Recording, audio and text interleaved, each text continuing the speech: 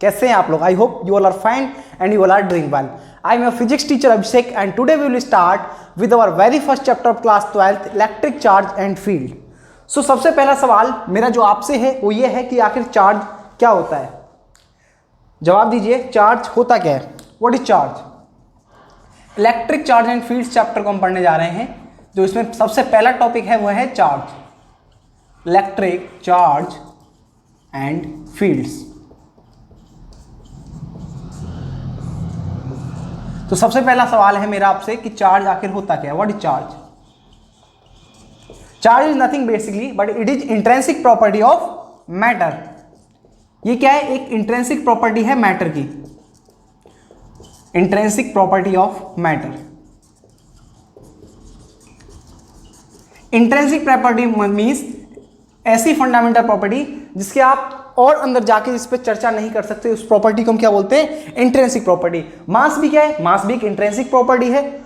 अभी आपसे पूछा जाए कि चार्ज या मास में कौन ज्यादा इंट्रिंसिक है, तो मास ज्यादा इंट्रिंसिक है, क्योंकि चार्ज को तो आप फर्दर फिर भी डिफाइन कर सकते हैं कि दो तरीके के चार्ज होते हैं, पॉजिटिव एंड नेगेटिव, ठीक है। बट चार्ज और मास दोनों ही क्या है? इंट्रिंसिक प्रॉपर्टी है। इन दोनों के ही आप अंदर जाके इनके ऊपर चर्चा नहीं कर सकते हैं।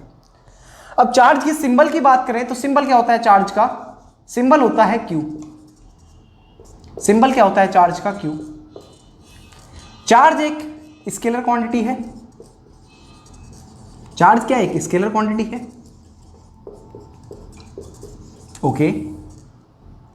अगर आपसे पूछा जाए कि डायमेंशन क्या होगा चार्ज का, what will the dimension of charge? बताइए। आपने एक फॉर्मूला शायद पढ़ा होगा, मैं आई थिंक 10th में ही पढ़ लेते हैं, Q is equal to I T, पढ़ा होगा। तो यहां से अगर डायमेंशन निकाला जाए चार्ज का तो क्या आ जाएगा? आई क्या हो? एम्पियर। टाइम का? टाइम। तो ये डायमेंशन आ गया चार्ज का। अच्छा, ये तो ठीक है, बट मान लीजिए अब डेफिनेशन हमें लिखनी है, चार्ज की प्रॉपर डेफिनेशन लिखना चाहे तो क्या होगी? तो चार्ज की डेफिनेशन होगी, charge is a fundamental property of matter. Charge is a fundamental property of matter, fundamental property of matter, property of matter by virtue of which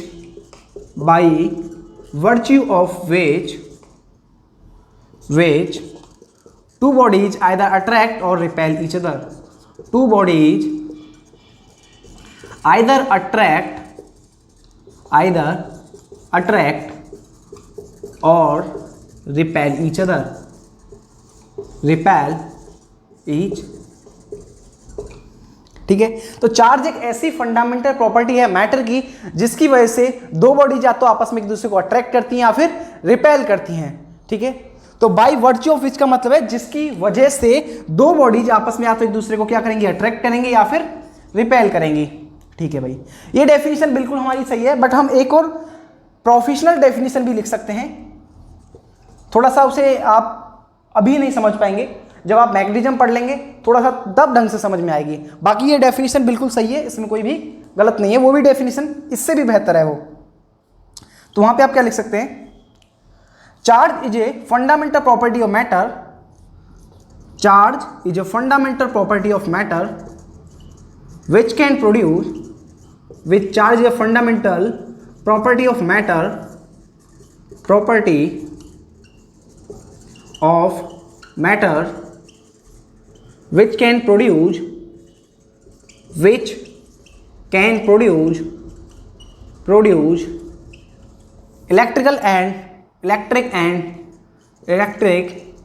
which can produce electric and magnetic effects, which can produce electric and magnetic effects. Charge वो fundamental property है matter की जिसकी वजह से which can produce, जो produce कर सकती है इलेक्ट्रिक एंड मैग्नेटिक इफेक्ट्स को, ठीक है। तो इतना नोट करेंगे, नोट कीजिए। फिर बात करते हैं टाइप्स ऑफ चार्जेस के ऊपर। नोट कीजिए, इतना नोट कीजिए। आई होप आपने नोट कर लिया होगा।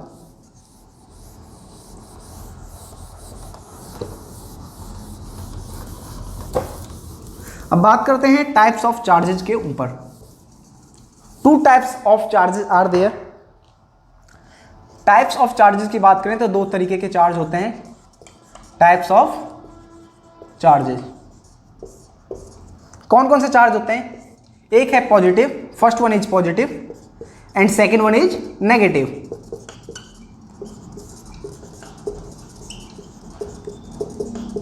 पॉजिटिव को हम ऐसे भी लिख देते हैं शॉर्ट में, एंड नेगेटिव को ऐसे। अब मैं आपसे पूछता हूं प्रोटॉन पॉजिटिव चार्ज होता है कि नेगेटिवली चार्ज होता है? तो ऑब्वियस है, सभी को पता होगा प्रोटॉन इज पॉजिटिवली चार्ज। अब मैंने आपसे पूछा कि प्रोटॉन के पास कितना पॉजिटिव चार्ज होता है, बताइए बताइए।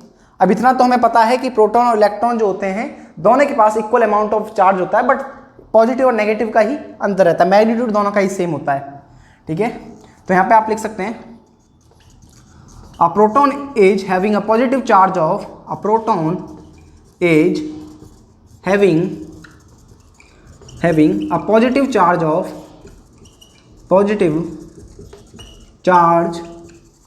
of 1.6 into 10 की पावर -19 कूलम।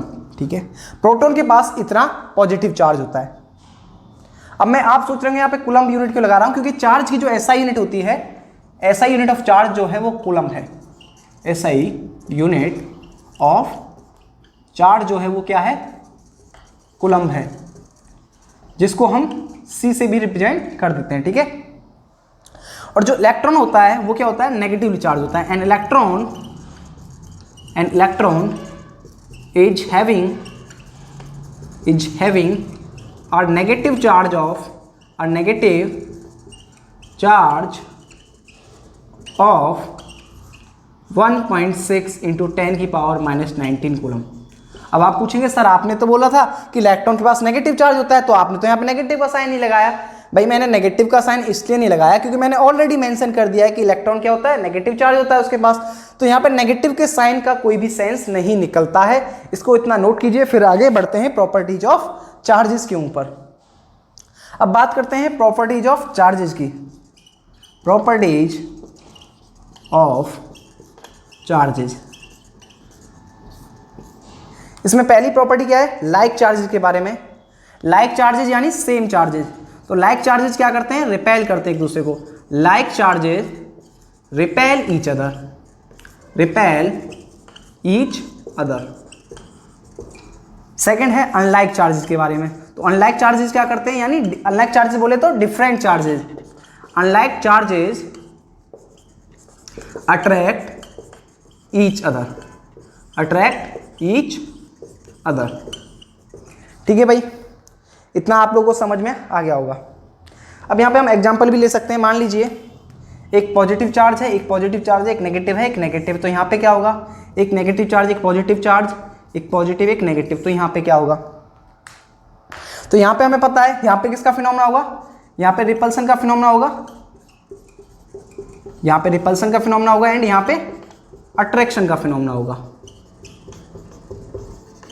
रिपल्सन यानी ऐसा बोल सकते हैं यहाँ पे दुश्मनी होगी इनके बीच में, एक दूसरे से दूर भागना चाह रहे होंगे चार्जेस, और यहाँ पे एक दूसरे के पास में आना चाह रहे होंगे, ऐसा बोल सकते हैं। यहाँ पे इनके बीच में प्यार होगा। ठीक है भाई, इतना समझ में आया? तो इसको नोट कीजिए, फिर आगे बढ़ते हैं। ठीक है, आप स्क्रीनशॉट भी ले सकते हैं इसका बारे में। आई होप आपने सब नोट कर लिया होगा। गोल्ड लीफ इलेक्ट्रोस्कोप जो टॉपिक है वो आपके बोर्ड्स का टॉपिक है, आपके एनसीईआरटी में गिवन है। वैसे काफ़ी समय से इस पर सवाल नहीं पूछा गया है बोर्ड्स में, बट एनसीईआरटी में गिवन है तो इसको करना जरूरी है। पहले इस पर सवाल पूछे गए हैं और स्टेट बोर्ड वगैरह में तो खैर पूछ ही लिया जाता है। Gold leaf electroscope, gold leaf electroscope, electroscope. Gold leaf electroscope के लिए पहले डायग्राम बनाना जरूरी है, तो डायग्राम बनाते हैं।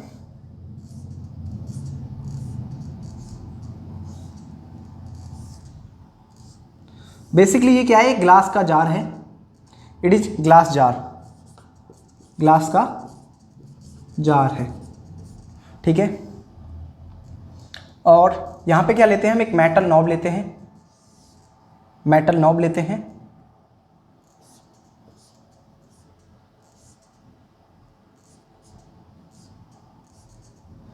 ये जो स्ट्रिप्स हैं ये गोल्ड की स्ट्रिप्स हैं, गोल्ड स्ट्रिप्स हैं। ये क्या है? ये एक मेटल नॉब है, मेटल नॉब। और जो ये ग्लास का जार है एकदम क्लोज है और यहां पे एक पॉजिटिवली चार्ज बॉडी है। ये क्या है? एक पॉजिटिवली चार्ज बॉडी है, ऐसी बॉडी जिसके पास क्या है? पॉजिटिव चार्ज है। ठीक है भाई। और जो स्ट्रिप्स हैं ये किसकी है? गोल्ड की हैं। तो ये एक ऐसी डिवाइस है जो कि इलेक्ट्रिक चार्ज ऑब्जेक्ट्स का डिटेक्ट कर सकती है। It is a device which can detect electric charge on the objects. कैसी डिवाइस है ये? एक ऐसी डिवाइस है जो कि इलेक्ट्रिक चार्ज ऑब्जेक्ट्स के ऊपर डिटेक्ट कर सकती है। तो आप लोग क्या लिखेंगे? It is a device, it is a device which can detect electric charge on the objects, electric charge on the objects। तो यहाँ पे ऐसी डिवाइस है जो कि चार्ज ऑब्जेक्ट्स पे डिटेक्ट कर सकती है। तो बेसिकली जब इसका वर्किंग क्या होती है उसको समझ लेते हैं पहले, बाद में नोट कर लेंगे। तो इस जब पॉजिटिवली चार्ज रॉड को मैं इस मेटल नॉब के पास में लेके आते हैं या टच करा देते हैं तो क्या होता है? मेटल नॉब से इन लीव्स के पे चार्ज ट्रांसफर हो जाता है। ठीक है, इस तरीके से इनके पास क्या जाता है? चार्ज। ठीक है। अभी मान लीजिए चार्ज अगर सेम होगा, since the charge is same, they diverge हो जाएंगे, एक दूसरे को रिपेल करेंगे, जो लीव्स हैं एक दूसरे से दूर भागेंगी। बट मान लीजिए जो चार्ज है वो अपोजिट है, एक के पास पॉजिटिव एक नेगेटिव, तो क्या करेंगी? अट्रैक्ट, एक दूसरे के पास में आना चाहेंगी। ठीक है। तो इसकी वर्किंग में आप लिखेंगे, वर्किंग में लिखेंगे when the charge body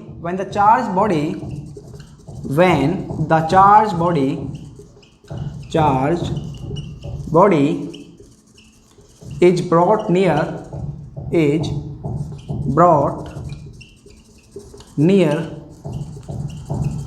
or touched with the metal knob,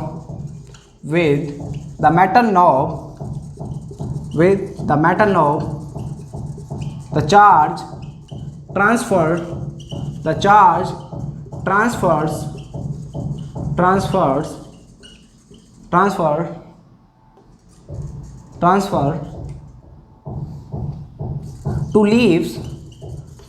to leaves through the metal knob।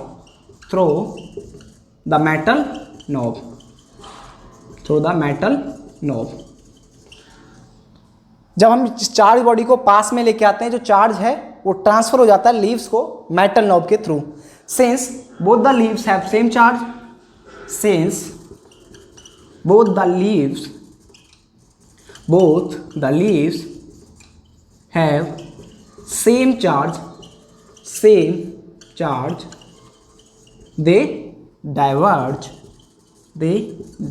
or we can say they diverge, or we can say they repel।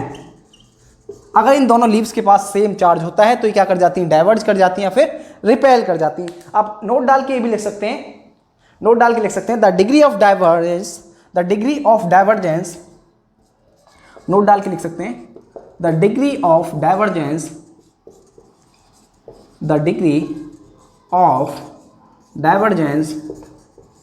Divergence is the indicator of amount of charge, of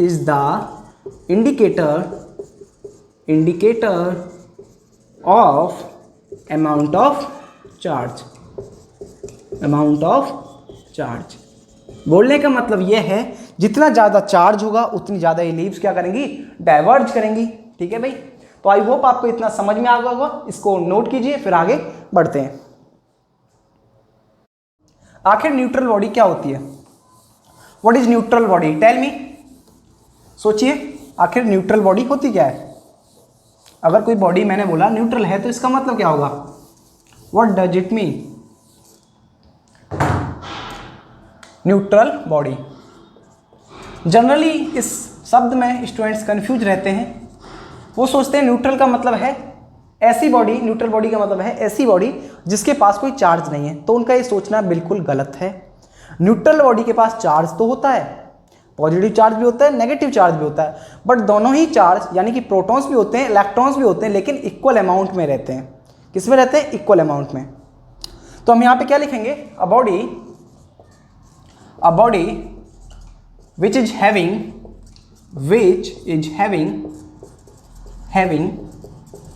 number of electrons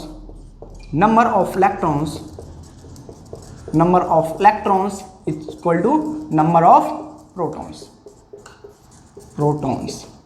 यानी कि ऐसी body जिसमें electrons और protons क्या है? Equal amount में है, उस बॉडी को हम न्यूट्रल बॉडी बोलते हैं। अब बात करते हैं एक क्वेश्चन के ऊपर। आपको एक क्वेश्चन प्रोवाइड किया जा रहा है, उस क्वेश्चन को आपको करना है, ठीक है। A body can be positively charge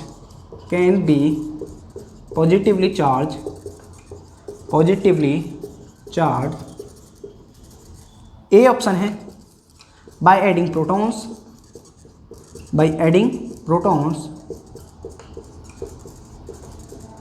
B option है by adding electrons, C option है by removing electrons,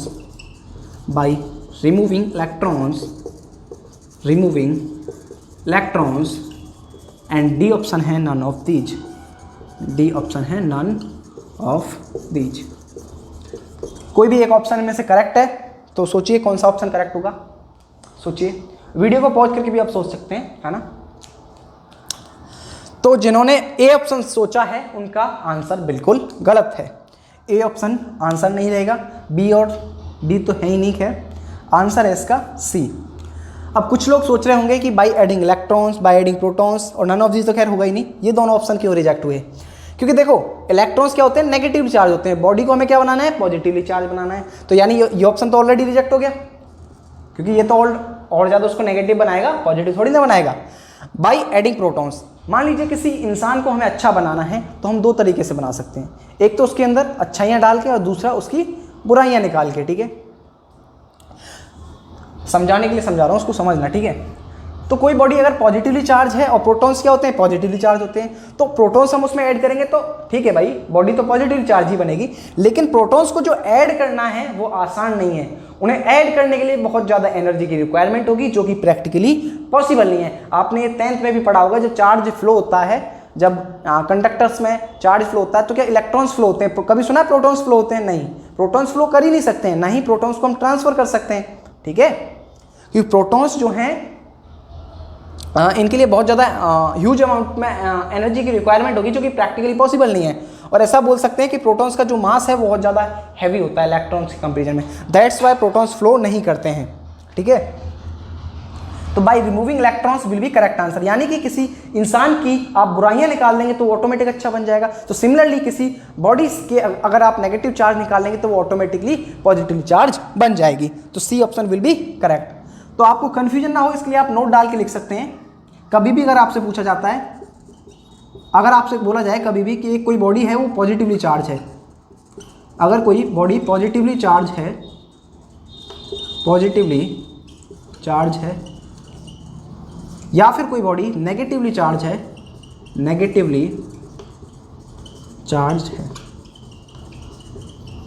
तो इसका मतलब 101% ये है कि जो बॉडी पॉजिटिवली चार्ज है उससे क्या हुआ है? लॉस ऑफ इलेक्ट्रॉन्स हुआ है, यानी कि उसने इलेक्ट्रॉन्स को दान किया है।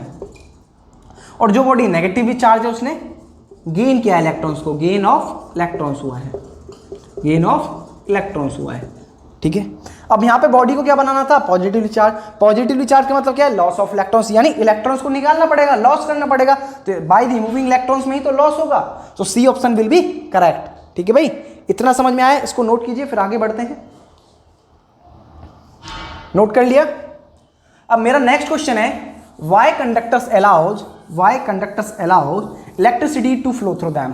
कंडक्टर्स के अंदर से इलेक्ट्रिसिटी फ्लो होती है, बट इंसुलेटर्स के अंदर से नहीं होती है, ऐसा क्यों? What is the reason behind this? सोचिए, बहुत सारे लोगों को मुझे पता होगा, बट बेसिक से ही स्टार्ट किया जाएगा, तो सारी चीजें डिस्कस करते हुए चलेंगे। Why conductors conductors allows electricity to flow through them,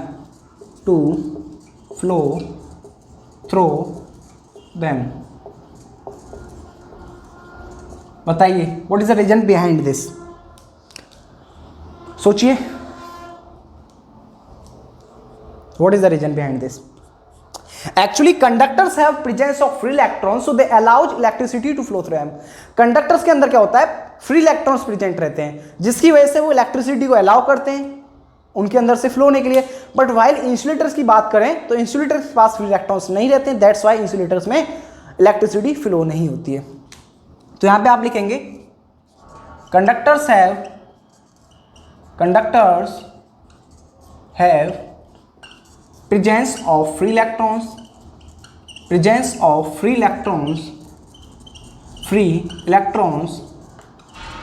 so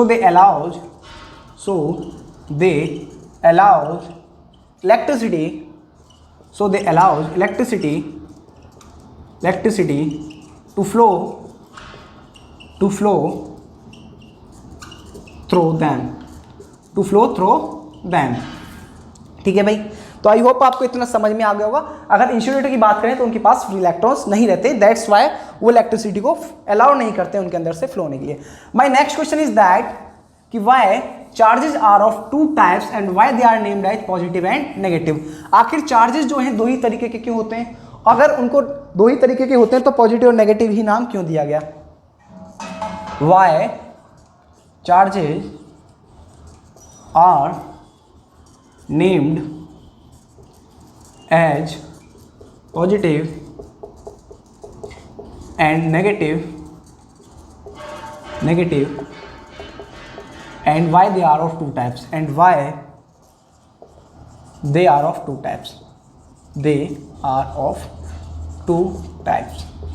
ये एक ऐसा टॉपिक है जिसको जनरली टीचर्स क्या करते हैं, स्किप कर देते हैं, इसको पढ़ाते नहीं. बट ये ऐसा टॉपिक है जो कि मतलब ये इस तरह के टॉपिक जो होते हैं वो हमारे सब्जेक्ट में इंटरेस्ट क्रिएट करने में मदद करते हैं. लॉजिकल क्वेश्चन बोल सकते हैं एक तरीके से. ठीक है, अब इनका लॉजिक हमें पता होगा तो हमें भी थोड़ी सी अंदर से ऐसा महसूस होता है कि हमें बहुत कुछ इन्फॉर्मेशन है, सब्जेक्ट में इंटरेस्ट क्रिएट होता है, तो इसलिए इन चीज़ों को बताना बहुत ज़्यादा इंपॉर्टेंट मैं समझता हूँ. तो that's why I am discussing that. Okay, तो एक्चुअली इसके लिए एक्सपेरिमेंट्स किए गए, काफ़ी सारे एक्सपेरिमेंट्स किए गए. वैसे चार्ज की खोज जो है बेंजामिन फ्रैंकलिन एक साइंटिस्ट थे, उन्होंने की थी अराउंड 600 BC में. इसके लिए एक्सपेरिमेंट्स क्या किए गए, एक ग्लास रॉड ली गई और एक सिल्क क्लॉथ लिया गया. हमने एक क्या लिया, एक एक्सपेरिमेंट किया जिसमें क्या लिया, एक सिल्क क्लॉथ लिया.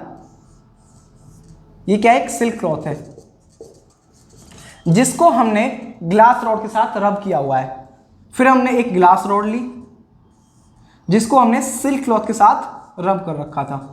इस ग्लास रॉड को हमने सिल्क क्लॉथ के साथ रब कर रखा है, ग्लास रॉड, और इस सिल्क क्लॉथ को हमने ग्लास रॉड के साथ रब कर रखा है, इस ग्लास रॉड को सिल्क क्लॉथ के साथ रब कर रखा है. ठीक है, सेकंड में क्या किया गया, हमने एक ग्लास रॉड ली जिसको भी हमने सिल्क क्लॉथ के साथ रब कर रखा था ऑलरेडी. ये क्या है, ग्लास रॉड. दो एक्सपेरिमेंट किए गए थे. अब जरूरी नहीं यही दो किए गए, बहुत सारे एक्सपेरिमेंट कर सकते थे. मतलब मैं आपको एक दो एक्सपेरिमेंट जनरली रैंडम लेके बता रहा हूँ, ग्लास रॉड और सिल्क क्लॉथ का. फिर हमने दोबारा से एक ग्लास रॉड ली,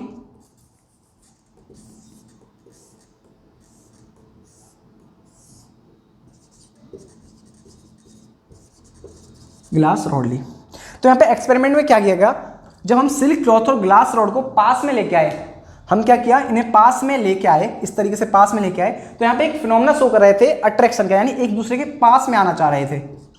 इन्होंने एक फिनोमेना शो किया, किसका, अट्रैक्शन का.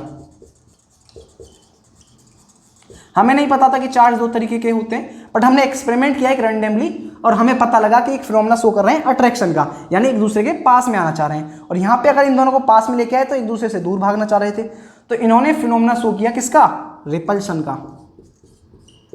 तो इसी तरीके से बहुत सारे एक्सपेरिमेंट किए गए, केवल दो ही तरीके के फिनोमेना हो रहे थे, एक अट्रैक्शन का हो रहा था, एक रिपल्सन का हो रहा था. क्या किया, दोबारा बताता हूं.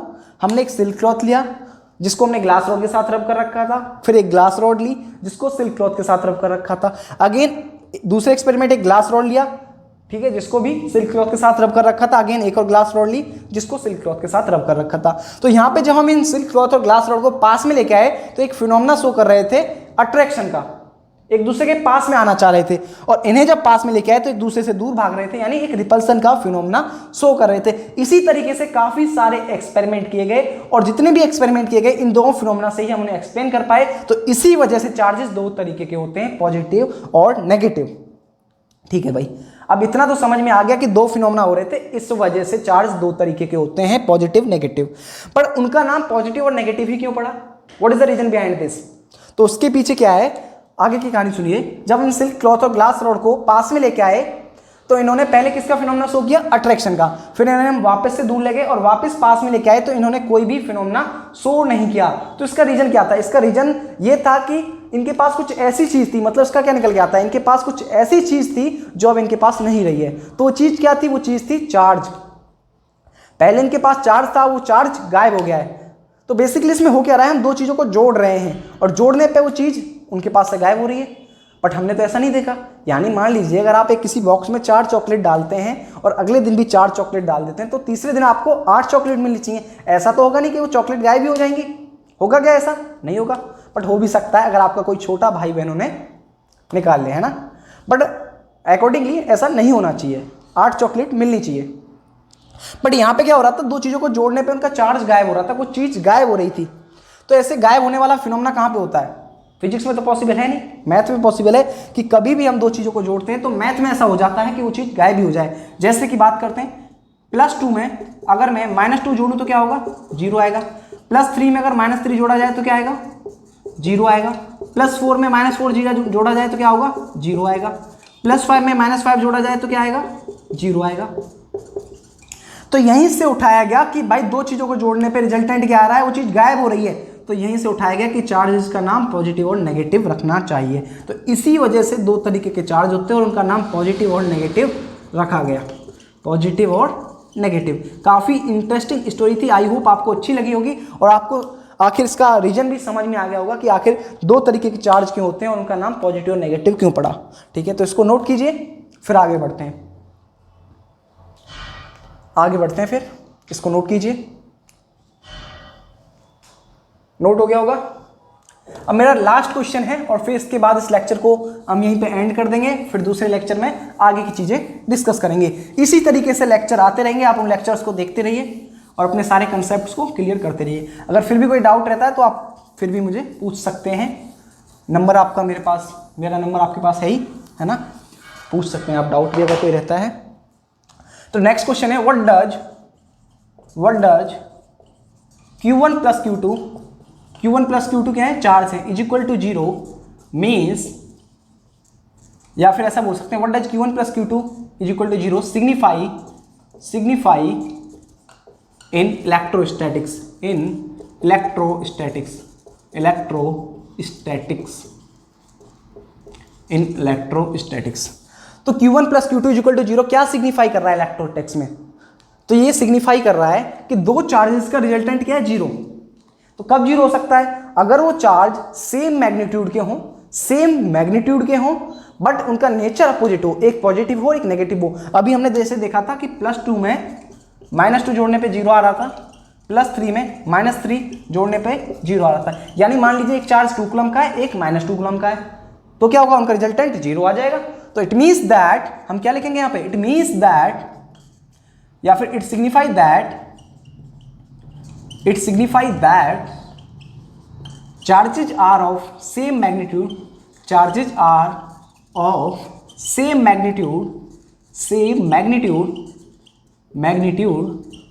But of opposite nature.